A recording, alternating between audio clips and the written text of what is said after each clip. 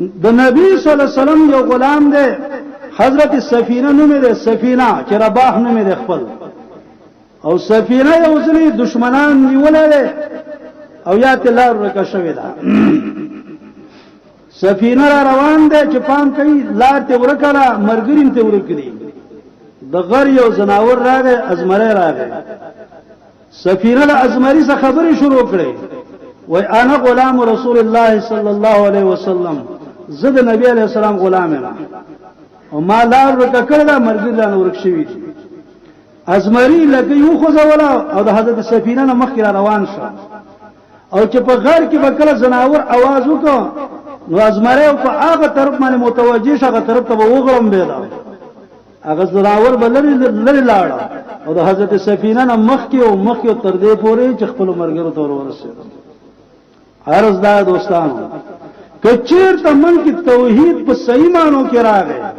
سنت د نبی صلی الله علیه وسلم من کې صحیح معنی کې راغی نو یقینا چې زناور بر الله راکی یقینا چې د غره زناور وزمو مرګرتوب شروع کی او توحید او سنت صحابه کرام خدا چې هغه ملکونو ته په خوشحالي باندې رسیدلی حضرت سلمان رضی الله عنه یو خلکو دعوت ورکاو د اسلام دعوت یې ورکاو ته له خلکو اسلام قبول کې اسلام یو بهترین دین دی څنګه بهترین دین دی زه غلام ما ځکه امیر جوړ شوم اسلام قبول کړي اسلام قبول کړي زه غلام ما اوس امیر جوړ کړم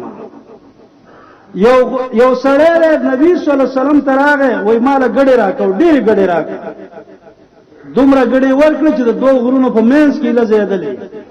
سړی واپس لا قوم ته وقل قوم توحید قبول کی ایمان قبول کی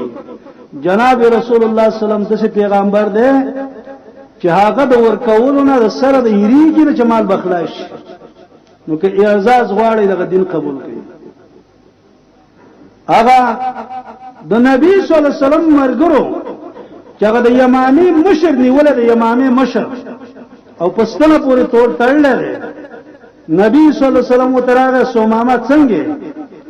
هغه ولا ان تقتل زاد من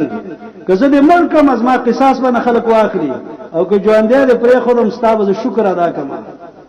نبی صلی الله علیه وسلم پرې خود سبا او ته خبر وکړه بل ورځ درې ورځ باندې خبر وکړه په درې ورځ نبی صلی الله علیه وسلم صحابه ته ویل دای لکه چې لاړ اله کو ویلم بل راغه کلمې ویلا نبی صلی الله علیه وسلم توای اے نبی صلی الله علیه وسلم ستاد مخنا بل مخما ته بد نخ کارا کېده خو زما د په خله قسمی په تمام مخونو کې ستا مخاطه تمام مخونه غورخ کړي او ستاد خارنا ناکار خار ته بل نخ کارا کېده او وسره د تمام خارونو کې مدینه محبوبه وګرځیدله خو ذکر روان شو ما ستا مرګرو په لار کې نیولم ما زتلم عمره لا نو وس عمره لاړ شم نبی صلی الله علیه وسلم ته ویل عمره لا وس لاړ شم وس د ثواب ملایويږي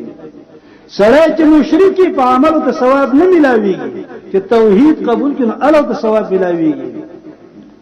هغه ورغه مکه معظمه ته چې کله ورسېدا خلق تراجم شو سومامه ته اسبو ته ثواب شوی هغه نه ثواب شوی نیم زه اوس مسلمان شوم خو یو خبر واوري د یمامین تاسو ته دانی راتللې غلط راتلله خو زما دې په الله قسمی